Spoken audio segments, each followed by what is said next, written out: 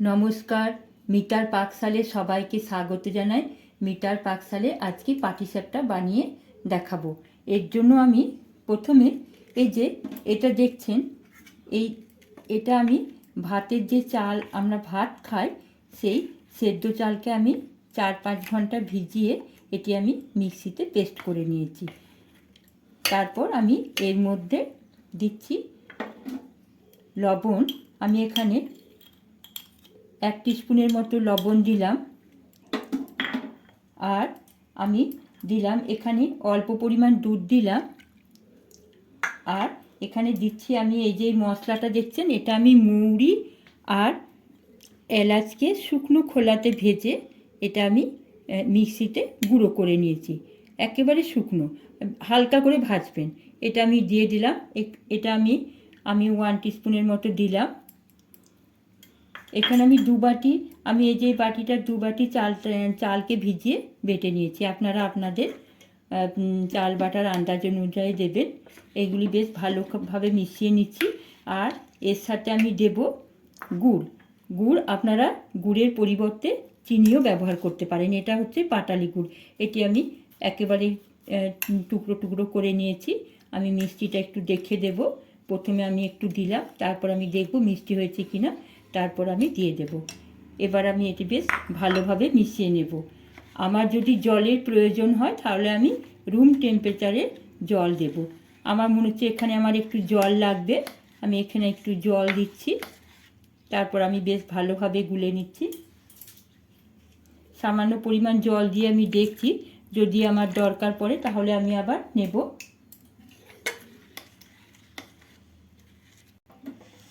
এই যে গোলাটি ঠিক এরকম ভাব হবে, এরকমভাবে গুলবেন। যদি দেখবেন আপনাদের গোলাটা খুব পাতলা হয়ে গেছে, উঠছে না, তাহলে একটুখানি সুজি মিশিয়ে আবার এরকমভাবে গুলে দেবেন। এবার আমি কি করেছি, এটা গোলাটা আমার পুরোপুরি রেডি হয়ে গেছে। আমি এবার এখানে তাওয়া গরম হতে দিয়েছি। তাওয়াটি গরম হতে দিয়েছি। তাওয়ার মধ্যে আমি এখানে সাদা তেল নিয়েছি একটা বাটির মধ্যে। তারপর আলু কেটে আমি তাওয়ার মধ্যে তেলটি বুলিয়ে দিচ্ছি। বেশ ভালোভাবে তেলটি বুলিয়ে দিতে হবে। বেশ ভালোভাবে গরম হবে তেলটি। এরপর আমি এটা দিয়ে দেব গোলাটা। আপনাদের ইচ্ছা মতো সাইজ মতো ছোটো বড় করতে পারেন।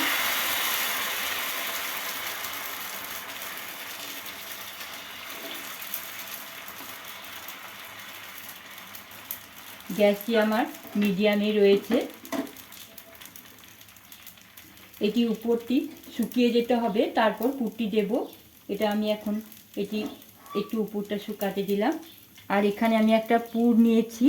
এই পুরটি আমি দুধ, নারকেল আর কালাকান দিয়ে এটি আমি তৈরি করে রেখেছি।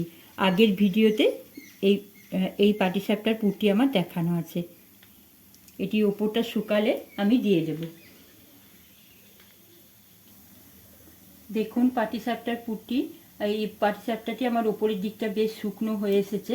আমি এরপর পুরটা দিয়ে দেব।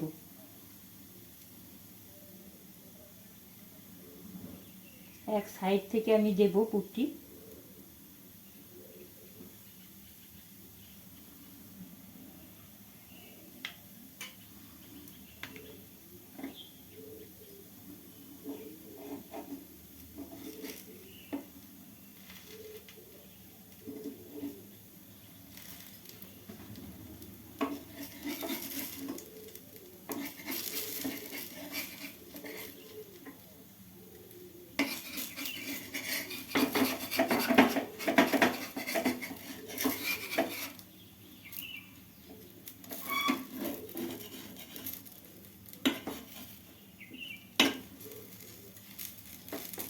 এই যে দেখুন আমার পাটিসাপটাটি হয়ে গেছে। আমি আরও একটি দেখাচ্ছি আপনাদেরকে। এই যে কী সুন্দর আমার উঠেছে পাটিসাপটাটি। আমি আবার আপনাদেরকে বানিয়ে দেখাচ্ছি। বেশ ভালোভাবে তেলটি দিতে হবে। আপনারাও চাইলে বেগুনের ডাঁটাটা দিয়েও করতে পারেন, কিংবা ব্রাশের সাহায্যেও করতে পারেন।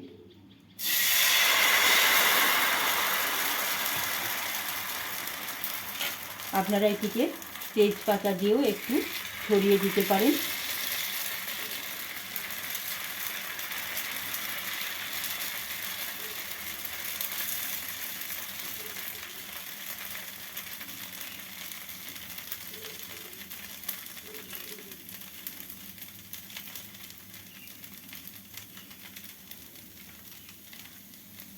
এবার দেখুন ওপরের দিকটা আপনার শুকনো হয়ে গেছে। আপনারা একটু দেখে নেবেন এই ধারগুলো, সাইডগুলো একটু একটু করে উঠছে কিনা, তারপরেতে আপনারা ফুটটি দেবেন।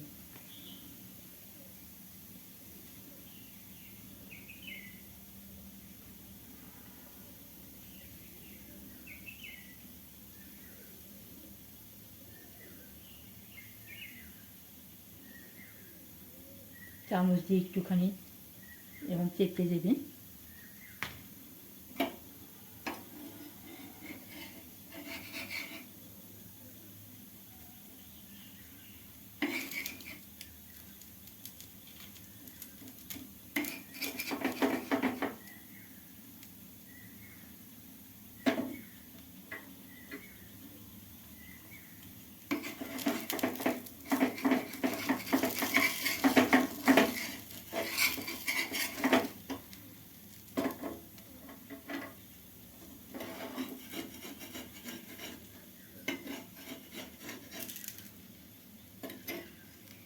দেখুন এটি কিন্তু খেতে কিন্তু দারুণ হয়, গরম গরম পাটিসাপটা দারুণ লাগে।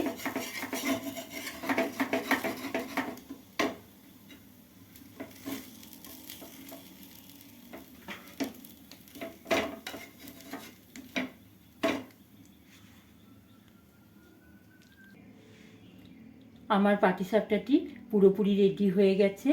আমি চাইছি আমার পদ্ধতিতে একবার বানিয়ে দেখুন। দেখুন আমার এটা যে বানিয়েছি এটা কিন্তু খেতে শুধু সেদ্ধ চাল দিয়ে এই পাটিসাপটাটি খেতে কিন্তু দারুণ লাগে। আমাকে জানাবেন আমার পদ্ধতিতে বানিয়ে। আর যারা এখনও লাইক শেয়ার সাবস্ক্রাইব করেনি তারা যেন অতি অবশ্যই লাইক শেয়ার সাবস্ক্রাইব করবেন। ধন্যবাদ।